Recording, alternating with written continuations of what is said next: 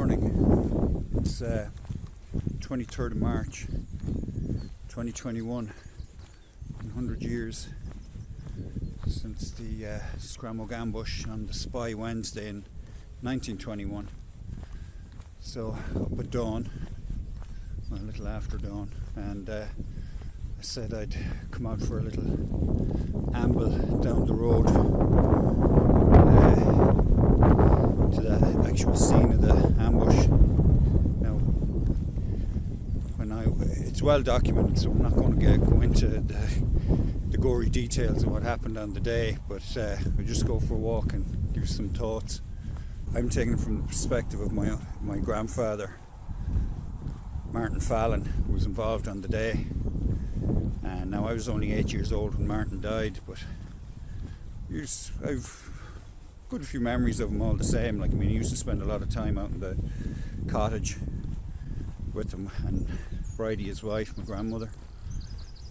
So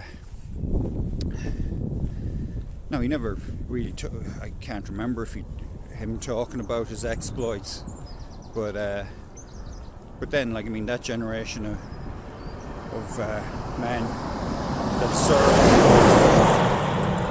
in the IRA back then, as my mother likes to call them, the old IRA.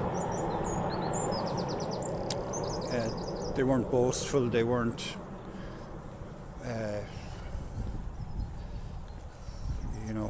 didn't throw around their exploits as some sort of badge of honour. They just did their duty. They wanted a nation, they wanted a homeland for themselves, their families, and you kind of have to wonder, after all their sacrifices 100 years later, what they'd think of the situation that we're in now. We've all the accoutrements of freedom. We've modern living, the interwebs. We've got our Netflix. We've got our GPS, mobile phones, everything else. But as regards freedom, we really have to have a look at that word, what it means anymore. One side.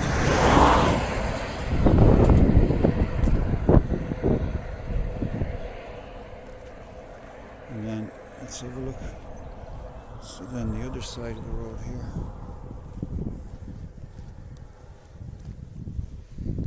So 14 men between the North Roscommon and the South Roscommon flying column gathered here on this day 100 years ago. And there were other events leading up to the Scramoge Ambush, there was some executions in Dublin that prompted them to put together this ambush. And I think there was a Captain Peak in Strokestown that they might have wanted to give a lesson to, if you can call it that. And there was one anecdote about Sean Levy, whose family still live up in Scramoge, where they used to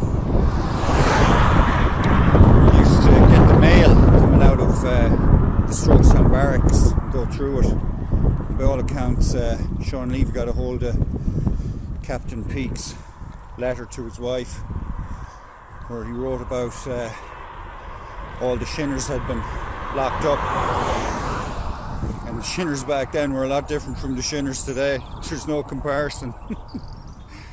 But the story went anyway that Sean Levy got a hold of Captain Peake's letter to his wife, and in it was his last will and testament. And Levy put a little note in it saying to Captain Peake that it was nice to see that he had all his affairs in order, and he put it back in the letter and he sent it back to the barracks for Captain Peake to open. I wonder, I'd love to see the expression on his face when he opened that letter. And unfortunately for Captain Peake, he met his end on this day 100 years ago. And along with other members of the British forces in Strokestown. So no commemoration allowed. We'll just have to grin and bear it for the time being.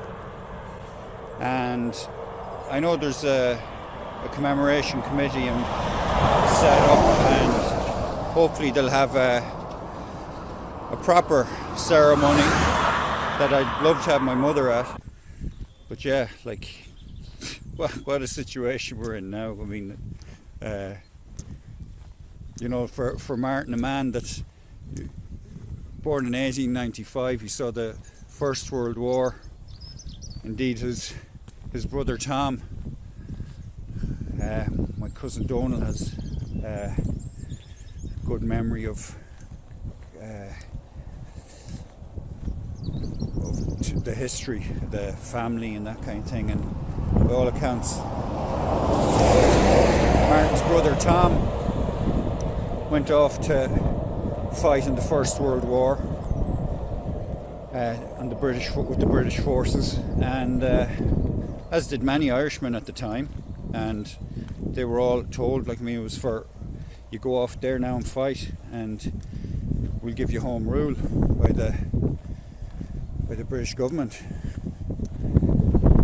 So he went off there, fought out in France, got injured, came back,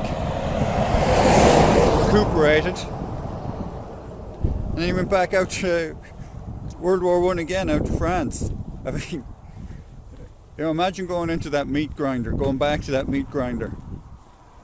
You know, I mean, that's the calibre of men that there were then. And then he came home and he joined the RIC after the war in 1918, when the war ended in 1918. And to find his brother was a member of the IRB. And yeah, he joined up with the IRC then, RIC. And I always think to myself, like, what conversations must have gone on in that house, or I'd love to have been a fly on the wall there. But so yeah, then there was the War of Independence and Civil War, and then Tom went on to join up with the Civil Guard, and he was one of the first men up in the Phoenix Park to train the Civil Guard. And Martin went on to have a career in the Irish Defence Forces then after that, until he retired,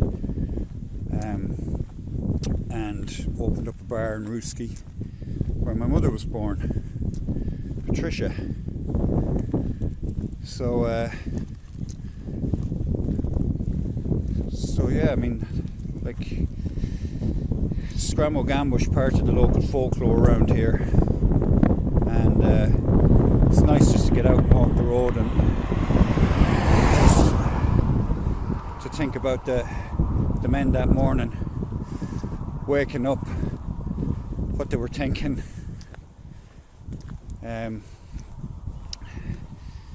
Was it excitement, fear, the adrenaline pumping, getting together with the rest of the volunteers, and you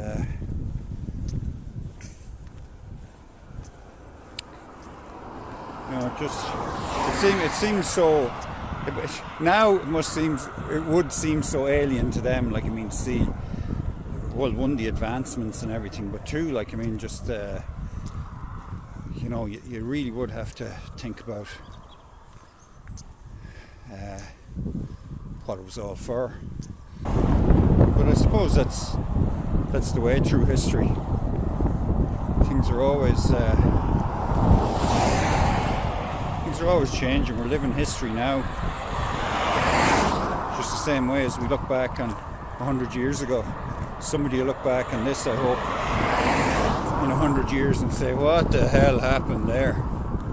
Day by day, the longer we go through this, like, I mean, people are forgetting what it was like in 2019, in 2018, and all the years before that.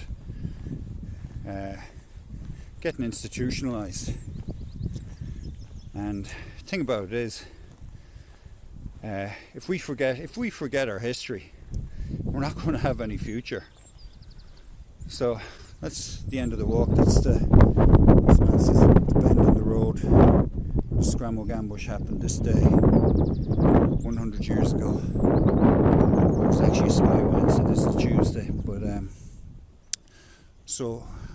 final words, I'd just like to salute Martin Fallon and all the rest of the men and the women that were involved that day.